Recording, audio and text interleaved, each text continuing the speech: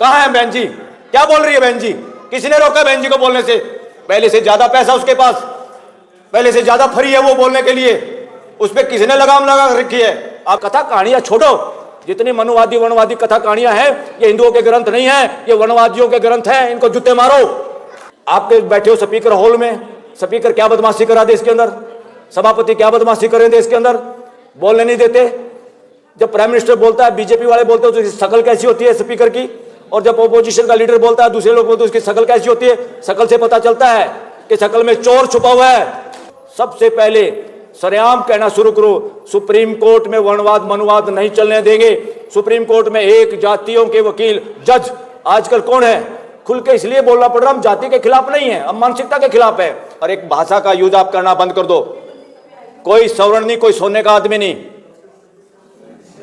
Non schedule cast संविधान में जिस तरह के नागरिकों का वर्णन है और जिस तरह का नहीं है डिटेल में, उसको जर्नल भी मत कहो। Non schedule caste, non schedule tribe, non minority.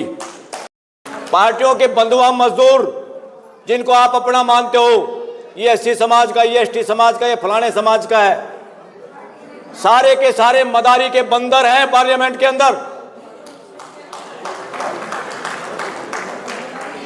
कुछ लोग नरेंद्र मोदी बोलता है तो तालियां पीटते हैं, इसलिए नहीं कि उनको समझ में आती है वो बात या उस बात को अप्रिशिएट करते हैं, इसलिए डरते हुए कि उनकी दुकानदारी चलती रहे, टिकट मिलती रहे, उसके मरने के बाद उसको बच्चे को टिकट मिल जाए, इसलिए तालियां पीटते हैं। तो साथियों, इस देश में किसी को भीख मांगने की जरूरत नहीं है, ये अधिकार है। और किसी की हिम्मत नहीं, किसी के बाप का ये देश नहीं, किसी के बाप की ये सरकार नहीं, किसी के बाप की ये जुडिशियरी नहीं।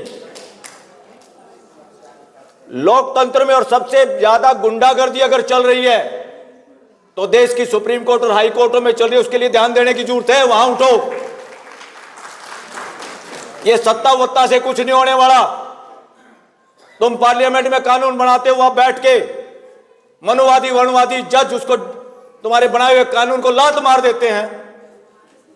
बैठे रहो, तमाशा देखते रहो, एमएलए एमपी बनाते रहो, चीफ मिनिस्टर प्राइम मिनिस्टर बनाते रहो, कुछ नहीं होने वाला। आदिवासी राष्ट्रपति बन गई। कई बार मुझे ये लगता है, ये कहना पड़ता है मुझे, कठोर हृदय से कहते हैं बहुजनों की सरकार थी, यूपी में बहुत अच्छा काम किया बहन मायावती ने। अरे भूतकाल की पीड़ा, पुराने सांप की लकीर को पीटते रहोगे क्या? आज की बात करो। कहाँ है बहन जी? क्या बोल रही है बहन जी? किसने रोका बहन जी को बोलने से? पहले से ज्यादा पैसा उसके पास, पहले से ज्यादा फ्री है वो बोलने के लिए। उस पर किसने लगाम लगा रखी है आपके हितों के लिए बोलने के लिए? ये छोड़ दो। जाति पाति और मेरी जाति का एमएलए बन गया, मेरी रिलीजन का एमपी बन गया, मेरी जाति का चीफ मिनिस्टर बन गया, इन बातों में कुछ नहीं। मानवता की जाति का कौन एमएलए एमपी है? मानवता के लिए कौन तैयार है? देश के संविधान के लिए कौन तैयार है? देश का प्रियम्बल कौन से नेता को पता है? देश का प्रियम्बल कहता है 3 तरह का न्याय दो, ये गारंटी है। और उस न्याय का प्रमाण है देश में फ्रेटर्निटी। देश का भाईचारा सबसे घटिया गिरावट पे है। यहां हर आदमी को रोज सुबह शाम घुट्टी पिलाई जाती है हिंदू मुसलमान की जातियों की। और कहना पड़ता है बार बार, यूजीसी का मामला रेगुलेशन का तो आपके सामने आ गया। भरम है क्या किसी को कि ओबीसी है प्राइम मिनिस्टर? इससे पता चलता है वो ओबीसी नहीं है। ये प्रमाण है। उसका वकील सुप्रीम कोर्ट के अंदर, जिस वकील की ड्यूटी है संविधान को बचाने की, संवैधानिक संस्थाओं के बनाए हुए कानूनों को पैरवी करने की, वो चुप रहते हैं वहां पर। आपको केवल सुप्रीम कोर्ट में सबसे पहले कुछ परिवर्तन करना है तो सुप्रीम कोर्ट हाई कोर्ट में कर लो, बाकी सारा सौदा ठीक हो जाएगा। किसान कानूनों के वक्त महीनों तक याद नहीं आया उनको स्टे, जो सुप्रीम कोर्ट में जज बने बैठे हैं। देश के लोगों का आंदोलन उनको समझ में नहीं आया। 2 माँ, 2 बच्चों की माँ, वेमुला की और तावड़ी की, उन बहादुर माओं को हम सैल्यूट करते हैं जिन्होंने 7 साल तक संघर्ष किया। और वो तो अच्छा है, उस वक्त जो जज था जस्टिस रमन्ना, कोई और होता वो नोटिस भी नहीं होना था, ये काम भी नहीं होना था। और बीच में ऐसे जज आए कि इस काम ने गति पकड़ी। अगर मैं यहाँ खुल के और बातें आपको समझ में नहीं आएगी ज़्यादा, वो अगर नहीं होते तो ये अंजाम तक नहीं पहुंचना था मुकदमा। वही सुप्रीम कोर्ट, वही चीफ जस्टिस खुद कहता है इसको करो भाई काम को, और जब कर देते हैं इतना इमीडिएटली उसको पता चल जाता है कि ये तो भाई भयंकर कानून है, ये तो जाति पाति को बढ़ाएगा। और एक अफवाह फैलाई जा रही देश में कि सो कॉल्ड, और एक भाषा का यूज आप करना बंद कर दो, कोई सवर्ण नहीं, कोई सोने का आदमी नहीं। नॉन शेड्यूल कास्ट संविधान में जिस तरह के नागरिकों का वर्णन है और जिस तरह का नहीं है डिटेल में, उसको जर्नल भी मत कहो। Non schedule caste, non schedule tribe, non minority, वर्णवादी, मनुवादी, ये उसका पर्यायवाची शब्द है। उनको पता चलता है जातिवादी बढ़ेगा। अरे जातिवाद तुम्हारे दिमागों में गोबर भरा हुआ है, और अब कहने में बुराई नहीं, ये जन जन को कहनी पड़ेगी। सुप्रीम कोर्ट और हाई कोर्ट पे कब्जा है वर्णवाद का, मनुवाद का। मैं बार बार चिल्ला रहा हूं सुप्रीम कोर्ट के अंदर से, ताकि इस देश के लोग जाग जाएं, इस बात का पता करें। कुछ नहीं होने वाला, सीएम बना लो, अपना पीएम बना लो, उनके बस का कुछ नहीं। आज जो पीएम बैठा है उसके बस का जब तक है, अगर कोई बंदर मदारी के इशारे से तमाशा दिखाता रहता है, उस बंदर को भुगड़े से देता रहता है मदारी। जिस दिन आरएसएस का एजेंडा के खिलाफ चलेगा प्राइम मिनिस्टर या कोई सीएम योगी, इन दोनों की दुकानदारी 1 मिनट में फेल हो जाएगी। ये कहीं के नहीं, ये सारा दारमदार ये है कि वो इनसे गलत काम करवा रहे हैं, गलत एजेंडा, कंपटीशन इनके अंदर। कौन ऐसा बयान दे सकता है, कौन ऐसी नफरत की बात कर सकता है जो आरएसएस के एजेंडे पे खरी उतरती है? जब जाके ये लोग प्राइम मिनिस्टर हैं, जब जाके ये मुख्यमंत्री हैं, इसके अलावा इनकी कोई औकात नहीं। देश में 100 आदमियों में से पूछो कि किसको भाईचारा चाहिए, किसको नहीं चाहिए। ये देश की आखिरी लड़ाई है आज़ादी के बाद, और जरूरी लड़ाई है। ये लड़ाई है इस देश के अंदर। मैं कह रहा हूं कोई मुगलों का राज नहीं रहा, कोई अंग्रेजों का राज नहीं रहा। अल्टीमेटली उस दौरान भी वर्णवादियों का, मनुवादियों का राज रहा। आप क्यों नहीं समझते इतिहास को? अपने बच्चों को बताओ, ये भाजुलूज के रिजर्वेशन शब्द का भी विरोध करो। कोई रिजर्वेशन नहीं है। देश के संविधान के हिसाब से इस देश की गवर्नेंस के अंदर इस 145 करोड़ के देश को चलाने की व्यवस्था में सबकी भागीदारी सुनिश्चित करना ही संविधान का लक्ष्य है। आप काहे को भिखारी बनो? रिजर्वेशन आज भी जो मैं एजेंडे में पढ़ रहा था, इसमें था 27% ओबीसी के लिए, ये वो। अभी जस्टिस गवई के वक्त में एससी का रिजर्वेशन सुप्रीम कोर्ट में लागू हुआ। देश के लोगों को पता भी नहीं होगा कि देश में कब से ये लागू है, मगर सुप्रीम कोर्ट में लागू नहीं था। वहां आपका कलरक चपड़ासी भी नहीं लग सकता था।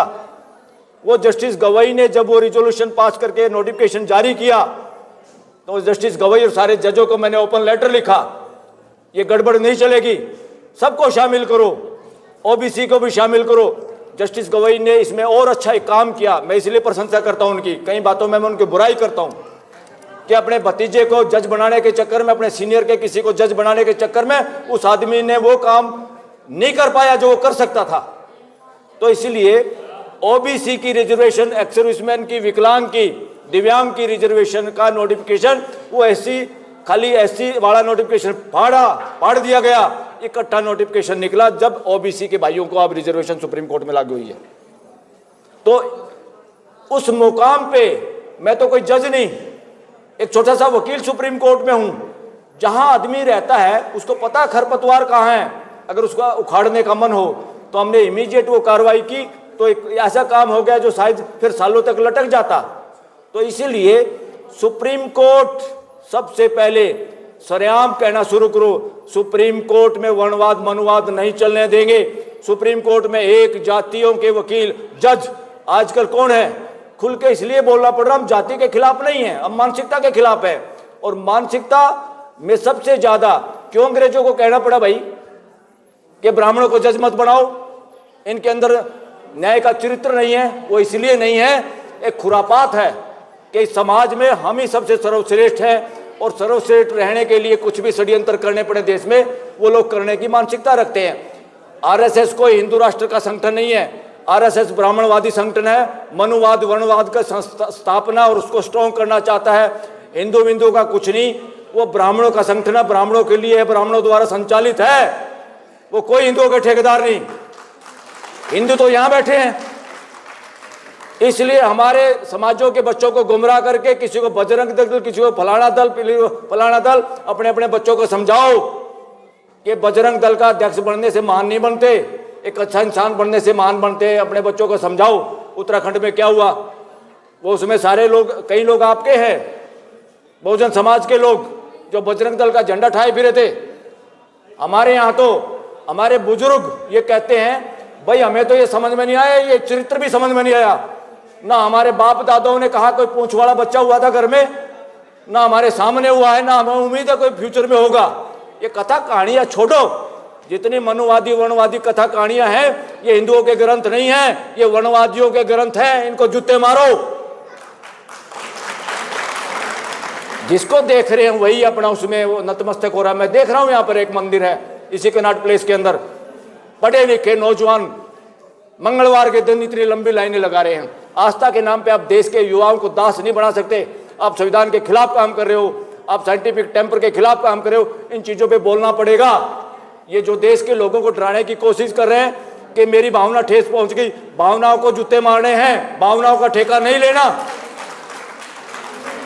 भावनाओं का 3 आधार है। अगर तुम्हारी भावनाएं, तुम्हारी कथा कहानी हमारे बाल बच्चों को, रिश्तेदारों को मानसिक गुलाम अगर बनाएंगे तो हम विरोध करेंगे, तुम्हारी FIR भी दर्ज कराएंगे, तुम मुस्टंडागिरी कर रहे हो, असंवैधानिक काम कर रहे हो।